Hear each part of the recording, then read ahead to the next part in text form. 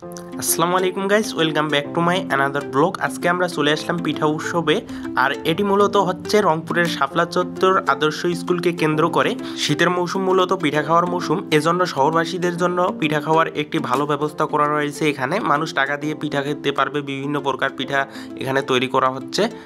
এই মেলাটি মূলত একটি ক্রিকেট টুর্নামেন্টকে কেন্দ্র করে শুরু হয়েছে। মেলায় এসে ছবি তোলার জন্য এখানে সুন্দর একটি ব্যবস্থা করা রয়েছে। মানুষ সেখানে এসে ছবি তুলতেছে, আপনারা দেখতে পাচ্ছেন। আর মাঠে অনেক মানুষ উপস্থিত হয়েছে, প্রত্যেক স্টলে ভিড় জমে গেছে।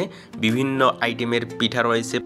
প্রত্যেক স্টলের পিঠা রান্না করার জন্য আলাদা আলাদা চুলা রয়েছে, আপনারা দেখতে পাচ্ছেন। মাটির চুলায় রান্না করা হচ্ছে। এই মেলায় আপনারা আসলে অবশ্যই এখানে বিভিন্ন আইটেমের পিঠা খেতে পারবেন। শীতের সময় গ্রামের প্রত্যেকটি পরিবারে পিঠার আয়োজন করা হয়।